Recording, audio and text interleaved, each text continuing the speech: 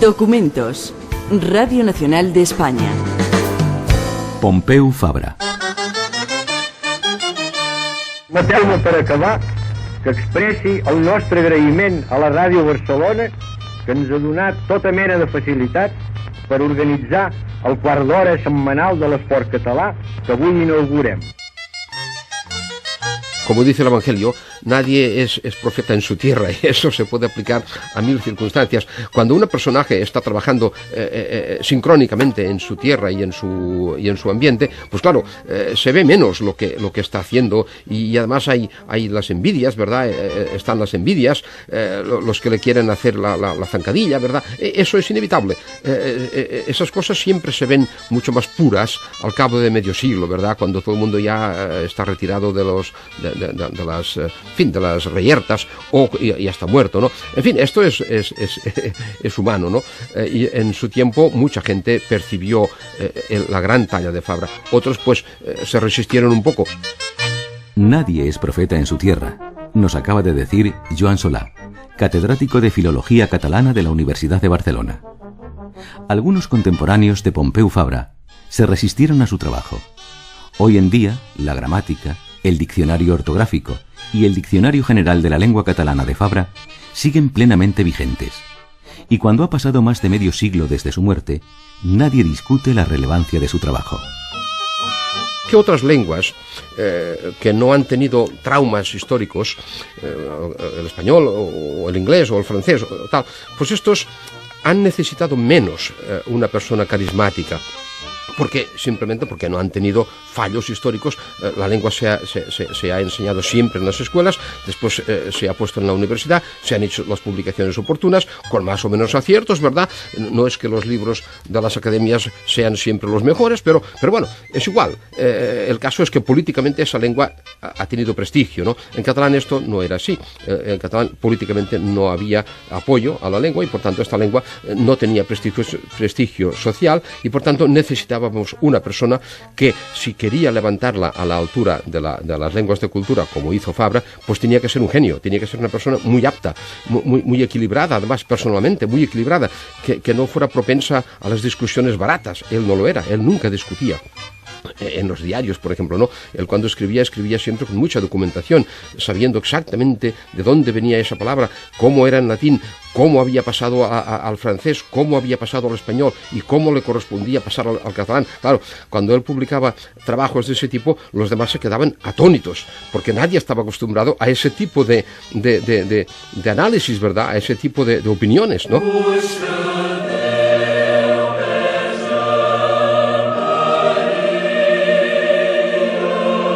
Fabra fue probablemente un genio, además de un hombre con visión de futuro, el futuro de una lengua, el catalán.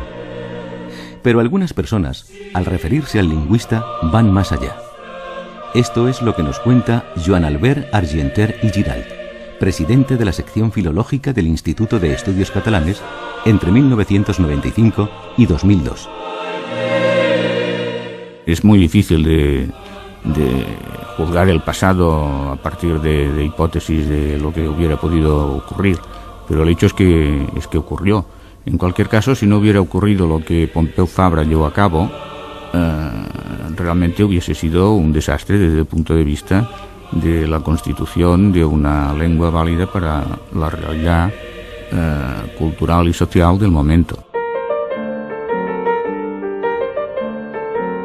Joan Manuel Serrat, Josep Pla, Marina Rosell, Ventura Pons, Núria Espert, Francesc Bellmunt, Pere Gimferrer, Albert Boadella, Lluís Pasqual, Joan Clos, Pasqual Maragall o Jordi Pujol son algunas de las personalidades de la vida política y cultural de Cataluña que se han beneficiado de la obra de Pompeu Fabra, codificador de la lengua catalana.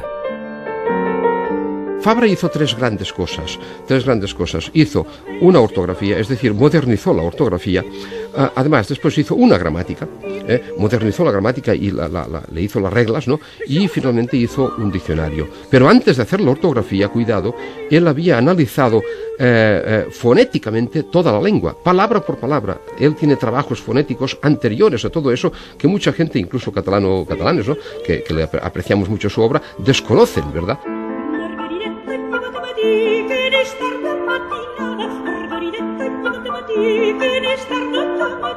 La vigencia de la obra de Pompeu Fabra está todavía activa en la sociedad catalana, puesto que muchos aspectos de la normativa que él estableció son todavía vigentes en la actualidad. Pompeu Fabra no fue solo un gramático que elaborara gramáticas para especialistas, sino que se preocupó mucho de la enseñanza de la lengua catalana, y en este sentido elaboró gramáticas, ortografías, silabarios, libros que recogían, por ejemplo, las principales faltas de ortografía o las faltas de gramática en catalán, y todo esto fue un material que fue utilizado en las escuelas, y muchos de los maestros que trabajaron en las escuelas más emblemáticas de Cataluña desde el punto de vista pedagógico habían sido sus alumnos. Pero vamos a retroceder en la historia para situarnos en la España de Pompeu Fabra. Estamos a finales del siglo XIX, comienzos del XX. Es una España muy desigual en su desarrollo económico y social, es decir, con regiones mucho más desarrolladas, mucho más industrializadas y urbanizadas que otras, con regiones todavía muy agrarias, rurales, muy atrasadas, con un nivel muy alto de analfabetismo, pero al mismo tiempo con unas élites intelectuales perfectamente equiparables a las élites intelectuales de otros países europeos, con una política todavía liberal, muy clientelar y muy caciquil, la de la monarquía de la Restauración, pero con la aparición de nuevos movimientos políticos, organizaciones obreras, regionalismos, nacionalismos, un republicanismo de mayor movilización. O sea, en resumen, una época de cambio, desde el siglo XIX a un siglo XX, digamos, de entrada en la modernidad.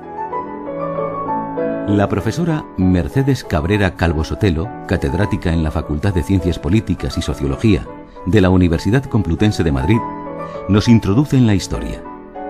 España camina hacia la modernidad y en algunas comunidades surgen movimientos regionales y nacionalistas, aunque de carácter cultural. Cataluña era en aquella época una región sobradamente preparada y desarrollada. Cataluña tiene un desarrollo económico absolutamente peculiar desde finales del siglo XVIII. Allí ha empezado a construirse una sociedad muy trabada, con un desarrollo industrial no despegado de la agricultura ni del comercio, sino con muchas relaciones entre los distintos tipos de actividad, con unas clases medias y una burguesía muy asentada y muy sólida, con un desarrollo cultural importantísimo, y desde casi mediados del siglo XIX y por supuesto en las últimas décadas del siglo XX, con un movimiento asociativo y cultural de reivindicación de la lengua propia, con surgimiento de todo tipo de asociaciones, de iniciativas de carácter cultural, folclórico, etcétera, que con la entrada del siglo XX se va a convertir en movimiento político, pero que en las últimas décadas del siglo XIX es ya un movimiento claramente cultural, asociativo importantísimo. El cambio de siglo es también una época de transición, en la que la política de los notables y del liberalismo va a ceder ante la política de las masas. Este paso hacia la modernidad se va a vivir de una manera muy especial en Cataluña. El catalanismo sería uno de estas nuevas maneras de hacer política, en contraste con la política del siglo XIX, que era una política muy de élite, muy de notables, exclusivamente parlamentaria. Estos nuevos movimientos políticos que aparecen en el paso del XIX al XX, en las primeras décadas del siglo XX, son movimientos que tratan de organizar a la sociedad, es decir, que no son simplemente partidos políticos que actúan en el Parlamento, sino que crean todo un entramado de asociaciones y de iniciativas de todo tipo, desde asociaciones de carácter cultural hasta organizaciones de carácter recreativo, pues los centros excursionistas que existen en Cataluña y que van a existir también en el País Vasco. Los orfeones, la reunión festiva, es decir, todo eso supone una movilización general de la sociedad que trata de, pues de modernizar la vida política sobre la base de incorporar al conjunto de la población a esa vida política. En este desarrollo hacia el catalanismo y la búsqueda de identidad, tiene vital importancia la lengua. Pero en España hay claras diferencias en el uso del catalán, el vasco y el gallego. El gallego es una lengua que, aunque tiene un pasado cultural importante, no es la lengua de las clases medias ni de los notables gallegos. Es decir, en Galicia hablan gallego las clases bajas, no las clases medias o las clases altas. Entonces, la reivindicación del gallego no es entendida ni asumida por aquellas clases o grupos sociales que podían encabezar un movimiento de carácter regionalista o nacionalista. En el caso de Cataluña, y de manera igual y a la vez distinta en el caso del País Vasco, la lengua desempeña un papel importantísimo. Digo igual pero distinto porque en Cataluña hay un porcentaje importante de población que habla catalán, mientras que en el País Vasco la relación con la lengua no es la misma. Pero en fin, en ambos casos la lengua, bueno, como en todos los movimientos, normalmente en los movimientos nacionalistas, la lengua desempeña un papel decisivo de creación de identidad. Por lo menos los que tenemos una lengua en esas circunstancias políticas e históricas como la nuestra, ¿no? Pues la verdad es que nos adherimos mucho a ella, a lo mejor por simple sentimiento de autodefensa, ¿no? de propiedad, ¿verdad? A mí, cuando veo mi lengua peligrar, pues en fin, es como si toda mi persona peligrara, como toda mi persona se fuera desapareciendo, fuera a perecer, ¿verdad? Ese es el sentimiento que hay en todas partes, y esto no significa nada más que esto, que la persona es muy rica en muchos sentidos, en su espíritu, en su cuerpo, en su política, en su pueblo, en su pequeña región, en su grande región. Esa es la maravilla de la persona, ¿no? Que somos muy ricos, ¿no? Es decir, que la lengua y la persona son la misma cosa. La lengua es en cierto sentido la identidad de un pueblo. ¿Y a qué nivel estaba el catalán a finales del siglo XIX? Por ejemplo, en el momento de Fabra no había ninguna gramática, digamos, que fuera fiable. Había un par de gramáticas publicadas y al alcance una solamente, una de un tal Bofarull, ¿no? Que él, al tomar esa gramática, se dio cuenta de que el gramático daba normas vacilante, ¿no? Vacilante, él vacilaba, ¿no? El gramático. Y entonces Fabra reaccionó. Dice, hombre, si un gramático me dice que cuando no se vea clara la regla que acaba de dar, el escritor actúe a su juicio, eso no es propio de un gramático, y eso le hizo reaccionar, porque él era un hombre científico que intentaba objetivar los hechos de lengua en este caso, ¿no? A veces se habla de la decadencia del catalán. En realidad de lo que se quiere hablar es de la decadencia literaria que durante 2 siglos por lo menos afligió al catalán. En el sentido de que las prácticas literarias, los escritores tomaban como modelo, como referencia, la literatura castellana, y eso los que escribían en catalán, ¿no? Porque muchos otros no escribían en catalán, pero en cambio el pueblo mantuvo la lengua como una lengua viva, y en este sentido llegó hasta la época de Pompeu Fabra. Y lo importante de la obra de Pompeu Fabra es que se impusiera en el sentido de que la población, los escritores en primer lugar, la aceptara, ¿no? El negre i el carmí. Soc de borra, tu, ni bicorna ni groc, qui ho ha dit? Cuita, pinta't de blau, de rosa un pit, i enfonsa els peus en mi, en tèbia sorra. Lo que nos salvó a los catalanes, digamos, lo que salvó nuestra lengua en aquel momento, era que precisamente se hablaba en todas partes. Es decir, la lengua hablada no había en ningún caso retrocedido, sino todo lo contrario. La lengua hablada era universal, en todas partes se hablaba, ¿no? En entra decisivamente en este contexto de reivindicación, afirmación, que en muchos casos tiene además un carácter perfectamente, digamos, académico-científico, es decir, que se afronta la búsqueda de esos elementos de identidad propia con todos los instrumentos que el conocimiento brinda en ese momento. En parte estos movimientos son movimientos que en algunos casos podríamos calificar de populistas, pero en fin, tienen detrás toda una carga digamos, de recuperación científica del pasado y de las señas de identidad, que sería un poco el caso de Pompeu Fabra con la lengua catalana, claro. Pompeu Fabra i Poch nació el 20 de febrero de 1868 en Gracia, que entonces era una localidad independiente de Barcelona. Su familia pertenecía a la baja burguesía, y nada presagiaba que Pompeu iba a dejar su huella en la historia de Cataluña, y que detrás de aquel niño se escondía un sabio precoz. Se sabe más cosas de su padre, porque bueno, no podemos olvidar que se trata de un hombre que nació en 1868 y que por tanto su juventud transcurre a final del siglo XIX y ya su primera edad adulta pues a principios del siglo XX, y era una sociedad machista la sociedad española de ese momento. Entonces para él lo importante no eran las mujeres de su familia, aunque parece ser que las respetaba y las quería, sino su padre. O sea, su padre, que además fue alcalde de una ciudad pequeña que ahora es un barrio de Barcelona, Gracia, y un alcalde durante la Primera República Española. Por tanto, él tenía una admiración por su padre, y es de quien más habla. De su madre, aparte de decir que era una mujer dulce, sacrificada, y no dice poca cosa más. Y también habla poco de sus hermanas, porque pues hacían la vida corriente de mujeres de la baja burguesía en ese momento.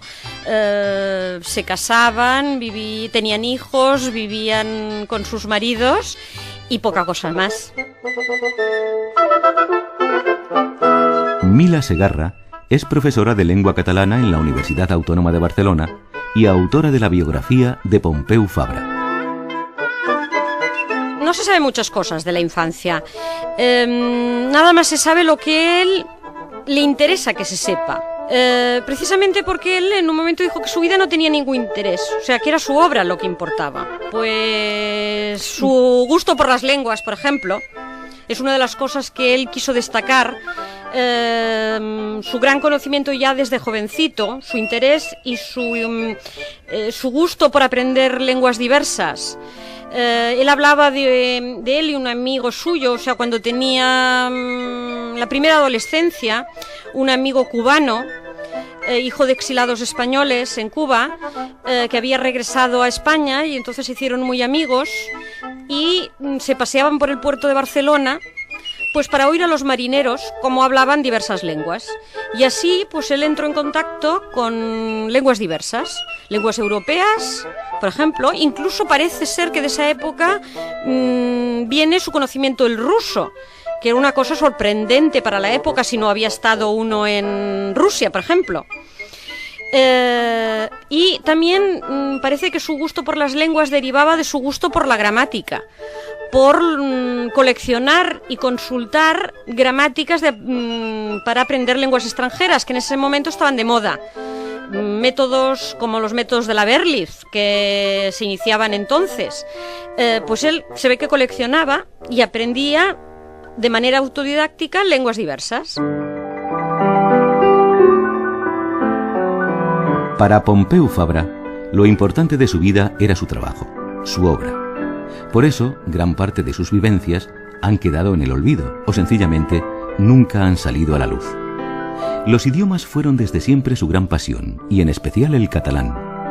A pesar de ello, estudió ingeniería química, una profesión que nunca llegó a ejercer, ya que las palabras y la normativa lingüística ocuparían toda su vida. Su primera gramática la terminó a los 17 años, movido por una curiosidad poco corriente: el aprendizaje de idiomas. Parece que era inteligente, pero lo propio de las mentes privilegiadas, que era inteligente para lo que le gustaba. O sea, que le costaba aprender determinadas cosas porque no ponía interés, pero en cambio otras cosas que le interesaban y que la escuela a veces el colegio no le ofrecía, pues era lo que le interesaba. Cuando tenía unos 15 años, empezó a escribir una gramática en catalán. A semejanza de estas obras, de estos manuales, que él y su amigo Arregui, este cubano, consultaban y utilizaban, pues él empezó a construir su propia gramática, la de la lengua catalana, porque no encontró en las gramáticas al uso, las gramáticas del siglo XIX, ninguna gramática que le ayudara a hablar el catalán. Lo que encontraba eran gramáticas copiadas de las gramáticas latinas, pues eran gramáticas que no le servían. O sea, él pensaba, una persona que no sepa catalán, que no tenga el catalán como lengua materna, ¿cómo puede llegar a aprender catalán? Con esas gramáticas no era posible.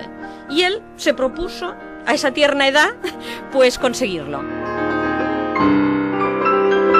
Pompeu sintió curiosidad por otros idiomas cuando los escuchaba en el puerto, pero la idea de plasmar por escrito las normas del catalán la había tenido unos cuantos años antes.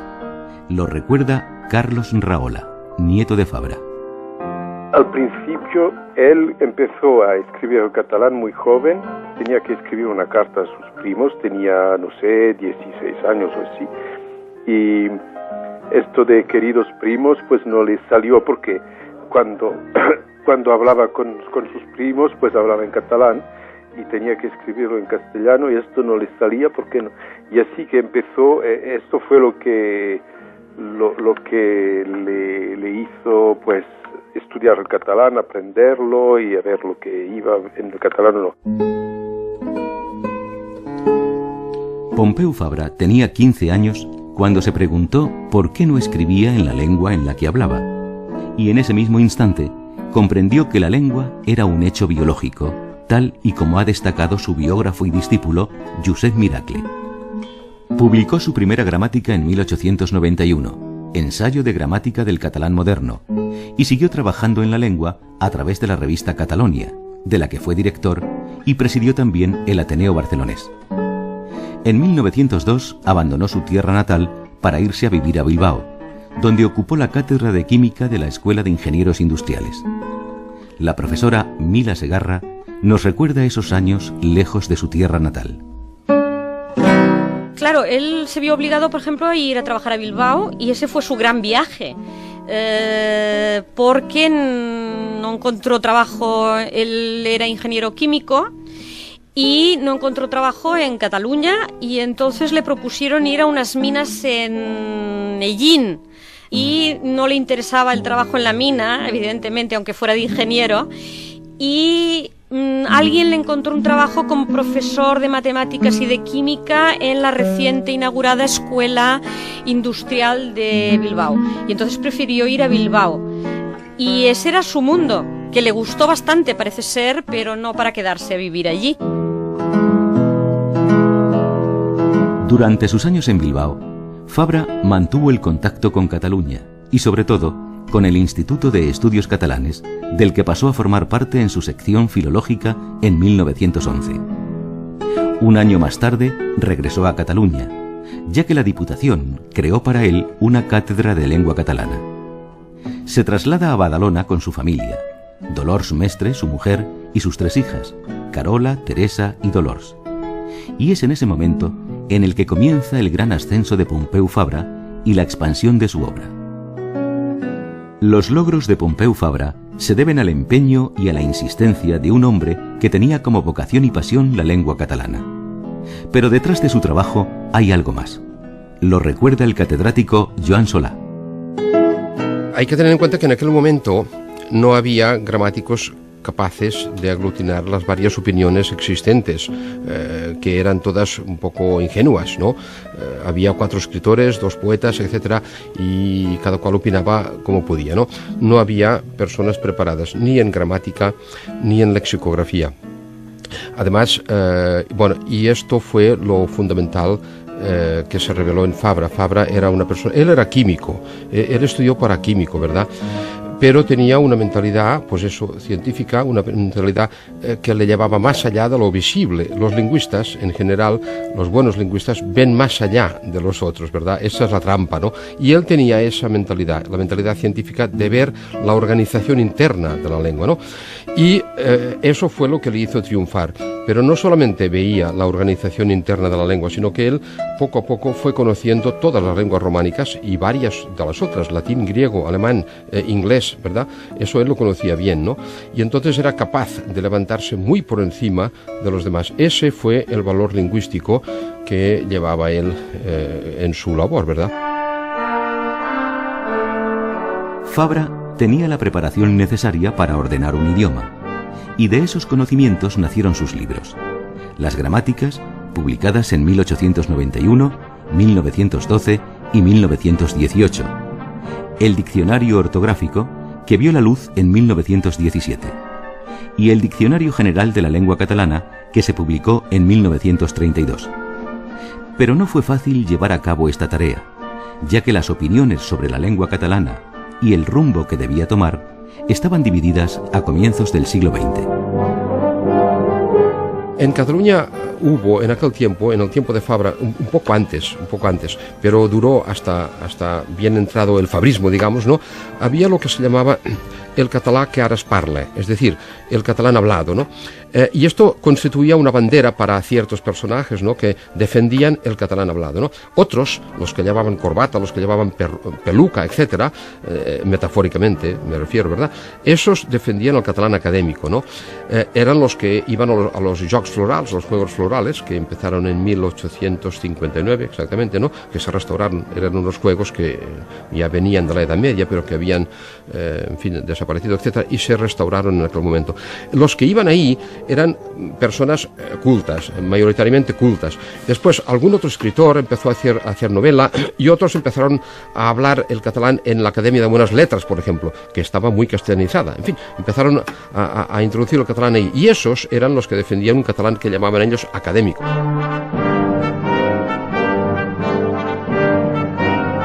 Fabra realizó la mayor parte de su trabajo en el Instituto de Estudios Catalanes, y la polémica a la que hacía referencia el profesor Solà surgió también en esta institución. Nos lo recuerda Joan Albert Argenter y Giralt. Hubo controversia porque la ortografía, y más en aquel momento en que no estaba fijada, se presta mucho a controversia, en el sentido de que cada uno tiene sus puntos de vista y a veces parecen irreductibles. Básicamente, dentro de la sección filológica existió un conflicto con su primer presidente, que fue Mosén Alcobé, un mallorquín, que era un canónigo de Mallorca, y defendía un tipo de lengua más tradicional, más basada en la realidad rural que todavía pervivía en las Islas Baleares y también en los otros países de lengua catalana. En cambio, Pompeu Fabra mantenía una actitud más, digamos, con una perspectiva de futuro, con una voluntad de reconstruir una lengua que fuera apta para la expresión de las necesidades del mundo moderno, ¿no? ¿Catalán hablado o catalán académico y tradicional? Esa era la polémica. Podríamos decir que durante el siglo XIX se desarrollaron distintas posiciones a las cuales ya he aludido, ¿no? Había quienes buscaban la ortografía en una tradición relativamente moderna, pero muy castellanizada. Había quien buscaba una forma de escribir el catalán relativamente arcaica, y había quienes pretendían que el catalán debía aproximárselo lo más posible a la lengua hablada. La posición de Pompeu Fabra fue, por un lado, basarse en el catalán medieval y, como él decía, reconstruir lo que hubiera sido la evolución natural de la lengua catalana si no hubiera estado subordinada a otras lenguas. Pedres dels cims per fonament del tron, del setial que serà el nostre pont. Pedres dels cims, oh pedres verges, o primer cant d'esperges i glòria del bateig amb responsoris de l'oreig. Fabra se alineó precisamente con el catalán hablado. Él se dio cuenta de una cosa que nadie había visto. Se dio cuenta de que el catalán académico, lo poco que había de catalán académico, que eran 4 poesías y algún discurso mal hecho, ¿no?, estaban llenos de castellanismos. Es decir, la gente culta mayoritariamente se había escolarizado en castellano y por tanto tenía las costumbres, los hábitos castellanos, en sintaxis, sobre todo en sintaxis. Estaba muy castellanizada la sintaxis escrita, ¿no? Pero también en léxico, ¿verdad? En cambio, la lengua hablada tenía 4 castellanismos de léxico, pues de esos que eran inevitables, pero la sintaxis era pura, era íntegra. Entonces Fabra, su gran punto de partida fue este, que había que restaurar el catalán hablado, precisamente el hablado. En la medida en que Pompeu Fabra, por otra parte, y a pesar de esta polémica, fue un hombre de consenso, fue un hombre que siempre buscó el consenso por encima de todo, consiguió que sus propuestas no solo fueran aceptadas en el instituto, sino que finalmente fueran aceptadas y difundidas a través de la sociedad catalana, lo cual es en realidad lo importante, ¿no? Una normativa que no se difunde socialmente no sirve de nada. Una virtud más de Pompeu Fabra, su capacidad para lograr el consenso. Claro que en este caso, el propio desarrollo histórico del catalán parece indicar que Fabra tenía razón. Los que defendían el catalán hablado, esos tenían la ventaja que por lo menos tenían algo real detrás, ¿no? Tenían una lengua que realmente se hablaba, pero los otros la despreciaban. Por ejemplo, el artículo, que en castellano es el, la, los, en catalán era el, la, els. El, la, els. Este era el catalán hablado en Barcelona, pero antiguamente era lo, la, los. Es decir, el artículo masculino era lo, igual que en castellano, pero en el catalán oriental pasó a ser el. Bueno, en mi dialecto todavía es lo, todavía se mantiene el lo, ¿verdad? Bueno, pues los académicos defendían el lo, porque les parecía que era más noble, más antiguo. En cambio, los del catalán que ahora es parle, pues defendían la lengua hablada. Castellanismos en el catalán. Pompeu Fabra analizó el catalán palabra por palabra y encontró muchas anomalías. Para comprender su trabajo, vamos a seguir escuchando los ejemplos seleccionados por Joan Solà. En léxico había unos castellanismos morfológicos. Morfológicos quiere decir por su forma o por su género, ¿eh? Por ejemplo, costum, en castellano es costumbre, ¿verdad? Señal y corriente y análisis. En catalán son costum, señal, corrent, análisis. Estas palabras tienen género diferente en catalán y en español. En fin, no es solamente el catalán, también el francés las tiene diferentes, ¿verdad? El español, etc. Por ejemplo, análisis en catalán es femenino y en castellano es masculino, ¿no? Costum, en cambio, en catalán es femenino, es masculino, y en castellano es femenino, la costumbre. Bueno, pues estos cambios se daban en la lengua culta. Fabra, pues poco a poco fue advirtiendo todo eso, ¿no? En verbos, por ejemplo, en verbos había un peligro, que es que pasaran a la conjugación de interrumpir, por ejemplo, verbos que eran de la conjugación segunda, interrompre. Este verbo en catalán es interrompre, termina en re, en lugar de terminar en ir. En fin, concebir, en castellano es concebir, en catalán es concebre. Pero claro, cuando vas a la escuela y todo te lo enseñan en castellano y solamente lees en castellano, pues claro, poco a poco la gente va diciendo concebí, ¿verdad? Y Fabra pues tiene, no, ese verbo y este son de la segunda, son concebre. Después había otras cosas un poco más difíciles, lo que Fabra le llamó los descastellanizadores a ultranza, es decir, tomando esos ejemplos, había otros que no eran castellanismos, sino que eran simplemente cultismos. Por ejemplo, ambiente, en castellano incluso es un cultismo, es una palabra que se ha tomado directamente del latín, con alguna adaptación, pero con no todas las adaptaciones que le corresponden. Medieval es otro cultismo, maleable es otro cultismo. Pero es que esto es cultismo en francés, en español y en catalán. En catalán también se llamaba ambient. pues había personas que les parecía que ambient era un castellanismo, porque en castellano se llamaba ambiente, ¿verdad? Y entonces lo catalanizaban y decían ambén, lo cual era una barbaridad. Nunca había existido la palabra ambén.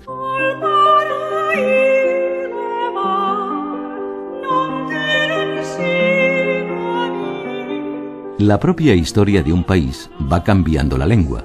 El idioma sigue un desarrollo y muchas veces pierde sus raíces históricas. Otras, el cambio de las palabras se debe a los cambios sociales o industriales. En otro terreno había los duplicados cultos, que se llaman cultos. Es decir, lejía en catalán se llama lleixiu, que era una palabra tradicional que se ha conservado hasta ayer, ¿verdad? Pero al aparecer el producto industrial aparecía en castellano y se llamaba lejía. Bueno, pues entonces había una duplicación. La gente seguía diciendo lleixiu al producto casero y lejía al producto industrial. Ahora eso distorsionaba enormemente la lengua. Pero además, un árbol tiene raíces, ¿verdad? En catalán, raíces era arrels, y nadie decía otra palabra, arrels, ni hoy tampoco, arrels. Pero en la escuela, a lo mejor hacías matemáticas y te hablaban de las raíces cuadradas, ¿verdad? Pues entonces la gente en catalán decía les raíces cuadradas, una cosa que hoy parece incluso increíble, pero era así. La gente lo adaptaba al catalán como lo oía en castellano, y no se daba cuenta que era lo mismo, ¿verdad? Todo eso había que restaurarlo palabra por palabra. El Centre Excursionista de Catalunya és el que m'ha permès a mi de parlar de Catalunya, d'una de les grans llengües romàniques, amb coneixement de causa. Aquelles primeres generacions en què hi havia homes com Artur Osona, com César August Torres y Pompeu Fabra. Pompeu Fabra fue uno de los grandes lingüistas europeos del siglo XX y su trabajo le llevó a la popularidad, hasta tal punto que la gente le reconocía por la calle.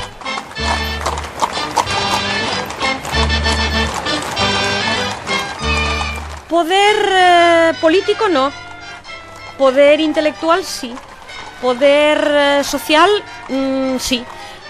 Fíjate que en los primeros tiempos de la Segunda República se cuenta que vino Azaña a Barcelona y lo recibieron miembros de la Generalidad y y también Fabra, que era el vicepresidente del Consell de Cultura de la Generalitat.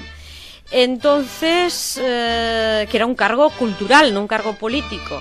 Por la calle la gente aplaudía a Fabra y saludaba a Fabra, y en cambio nadie sabía quién era Azaña. El mismo Azaña decía que era sorprendente, que él no había visto nunca que un gramático fuera más importante que un político.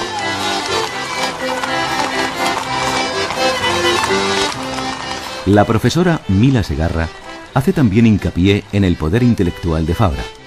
Y aunque todo el mundo ha coincidido en decir que Fabra no se interesó por la política, sí militó en la Unió Federal Nacionalista Catalana y en la Acció Catalana, participando en las elecciones de 1913 y 1931. Aún así, su principal actividad política la realizó a través de su obra. Si entendemos por hacer política, pues participar en partidos políticos, participar en las actividades tendentes a conseguir el poder, evidentemente él no era un político, y lo dijo muy claro. Si por política entendemos pues participar en la sociedad, contribuir, hacer una obra que tenga una incidencia en la sociedad en que vivimos, pues él sí que la hizo y por tanto sí que hizo política. Había pasado de la dimensión de gramático a la dimensión de persona que había hecho algo por la sociedad catalana, y ese algo era conseguir que una lengua que servía para un grupo reducido de personas, para la gente que se interesaba en hacer poesía, en hacer determinada literatura, en unos juegos florales, pues no fuera nada más la lengua para esa gente, sino que fuera para todo un pueblo.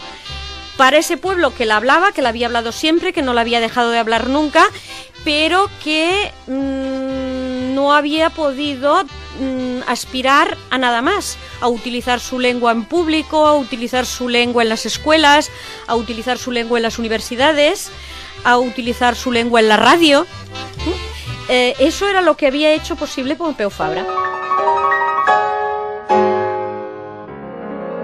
En las primeras décadas del siglo XX, Fabra se había convertido en un símbolo de la lengua catalana, por lo que no es de extrañar que rechazara la oferta que le hicieron en 1926 de ocupar una de las 5 sillas regionales que se habían creado en la Real Academia de la Lengua Española. Pero un hombre que había hecho del catalán una lengua nacional no podía aceptar una silla regional, y eso lo dejó bien claro, diciendo: si a mí se me consideraba como una especie de símbolo de la lengua catalana, me pareció muy claro que si yo fallaba, fallaba la lengua, y me era evidente que si la lengua fallaba, fallaba todo. El decreto del Gobierno Provisional de la Segunda República, fechado el 29 de abril de 1931, reconoce a Cataluña el derecho a que la enseñanza en las escuelas de párvulos y primarias se haga en lengua materna. Y en el artículo 3 leemos: para que el conocimiento del idioma que se profese en dichas cátedras responda siempre a las normas y a los estudios que realizan los organismos oficiales que en Cataluña tienen a su cargo la misión de depurar el idioma catalán, se encomienda al ilustre filólogo don Pompeu Fabra, miembro del Instituto de Estudios Catalanes, la especial inspección de estas enseñanzas. Evidentemente, eso fue el decreto Marcelino Domingo del año 1931, creo recordar. Pero claro, si se hace un decreto que permite el uso de las otras lenguas españolas para la escuela y no hay una lengua a un nivel culto que se pueda utilizar en las escuelas, pues no hubiera sido el decreto hubiera sido papel mojado. De ahí viene el odio, pues, de un José Antonio Primo de Rivera que acusaba a Fabra de haberse inventado una lengua. De ahí viene el odio de determinados militares durante la dictadura franquista. Alfonso XIII y Primo de Rivera acusaron a Fabra de haberse inventado un idioma. El general Queipo de Llano, ya en plena guerra civil, fue más directo. Cuando la guerra haya terminado, Pompeyo Fabra y sus obras irán arrastrados por la Rambla. Creo que era lógico que determinados personajes pues vieran en la obra de Fabra un peligro para su propia ideología, para su propia obra, para lo que ellos querían conseguir. Evidentemente, pues un fascismo o la dictadura del general Franco, que era una dictadura fascista también, como cualquier dictadura, que era lo que quería pues el control de la sociedad española, el control de el pensamiento único, la lengua única, la cultura única, la ideología única, la España una. Entonces, pues era lógico que todos aquellos elementos que impedían o que podían haber impedido pues esa España una, esa ideología única, ese pensamiento único, fueran vistos como el enemigo. Mientras duró la guerra, en Cataluña se vivió en la normalidad que se pudo, pero luego todas las instituciones fueron abolidas, incluido el Instituto de Estudios Catalans. Y previamente, durante la primera dictadura, también tuvo problemas, fue expulsado del patronato de la universidad y, bien, era consecuencia de sus posiciones no solo lingüísticas, sino también políticas. Joan Albert Argenter y Giralt nos recuerda el destino del catalán durante la contienda, una época que Fabra vivió con angustia en Barcelona. Pues la vivió como mucha gente mal, piensa que se quedó en Barcelona, aunque trasladó a la familia a vivir en una población cercana, pero él era miembro del patronato de la Universidad de Barcelona era el catedrático de lengua catalana de la Universidad Autónoma de Barcelona, en ese momento era la única universidad, y él tenía que ir a clase cada día. También tenía un papel activo en la ayuda, por ejemplo, en los primeros años de la República, en ayudar a la gente perseguida por los grupos más anarquistas, por la FAI, etcétera, pues a ayudarlos a huir, incluso pues a muchos curas que el presidente de la Generalitat entonces, Lluís Companys, daba salvoconductos, pasaportes, etcétera, para que pudieran ir a Francia, para que pudieran pasar incluso a la España de Franco. Ayudó a huir a mucha gente, pues Fabra, con el rector de la Universidad de Barcelona, él y el presidente Companys, pues firmaban muchos pasaportes para ayudar a esta gente a huir de la parte de Cataluña en ese momento. O sea que él estuvo al pie del cañón, y eso que ya era un hombre mayor, pero él dio clases hasta, me parece ser, el día antes o 2 días antes de la entrada de Franco, del ejército franquista a Barcelona.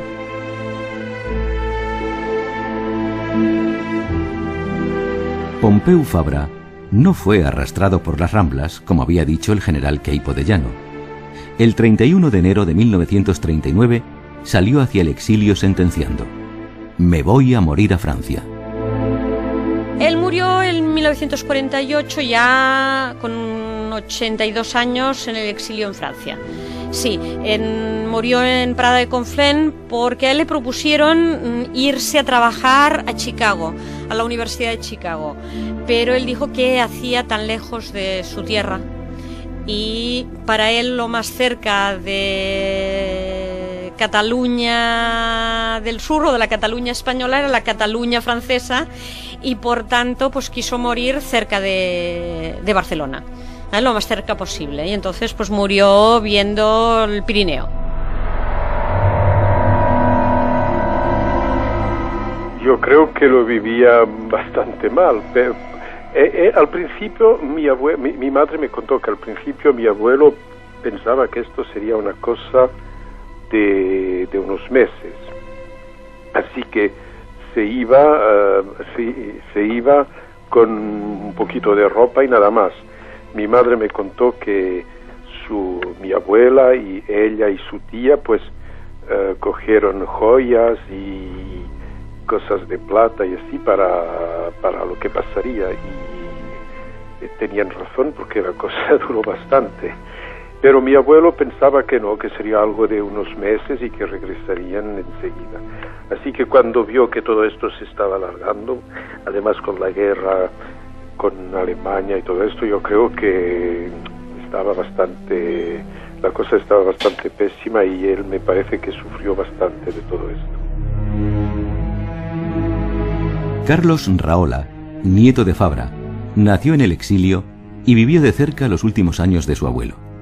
La familia se había establecido en Prada de Conflent, no muy lejos de la tierra natal.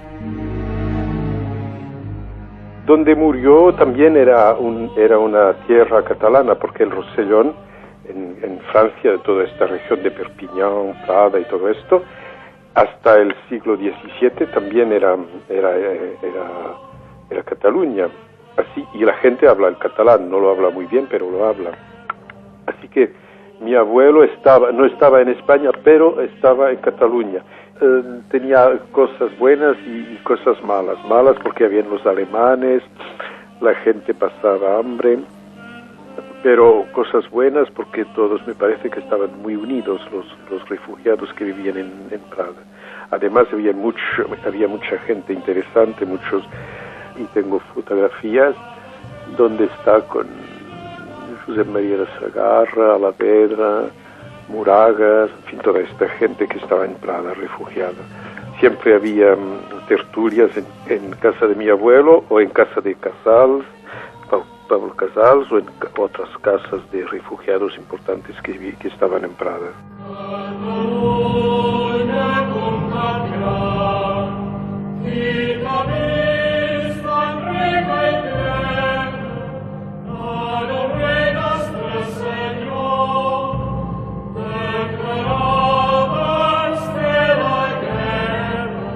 Pompeu Fabra no perdió nunca el contacto con su Cataluña natal y tampoco con el Instituto de Estudios Catalanes, que continuaba su labor desde la clandestinidad. Tampoco perdió su interés por el estudio de los idiomas, y menos aún su compostura. Fue siempre un hombre educado, al que no le gustaban ni los gritos ni las palabras malsonantes. Fumaba en pipa tabaco inglés que le traían de Londres, adoraba la buena mesa y era goloso.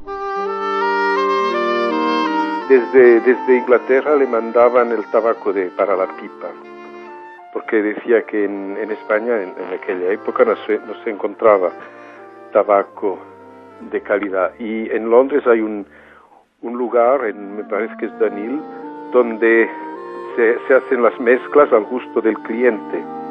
Y desde Londres pues le mandaban su mezcla de tabaco. Le gustaba mucho fumar y fumaba la pipa, el cigarrillo y el puro también.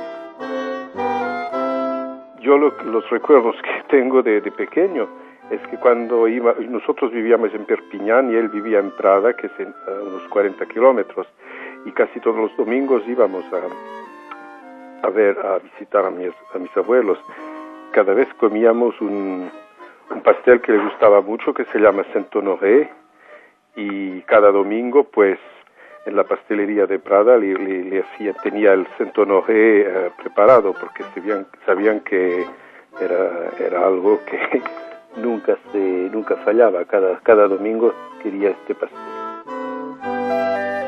Era alguien que le gustaba reír, vivir, le gustaba comer bien y esto. No, era alguien serio, pero al mismo tiempo le gustaban las cosas de la vida.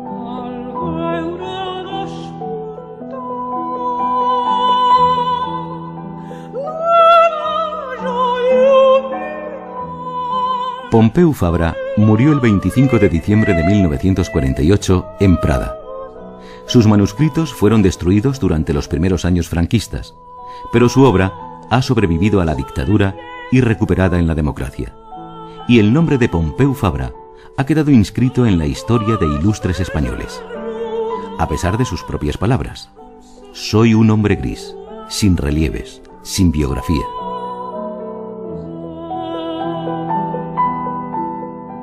Pompeu Fabra en Documentos Radio Nacional de España. Guión: Elizabeth Norell. Narración: José Antonio Ramírez.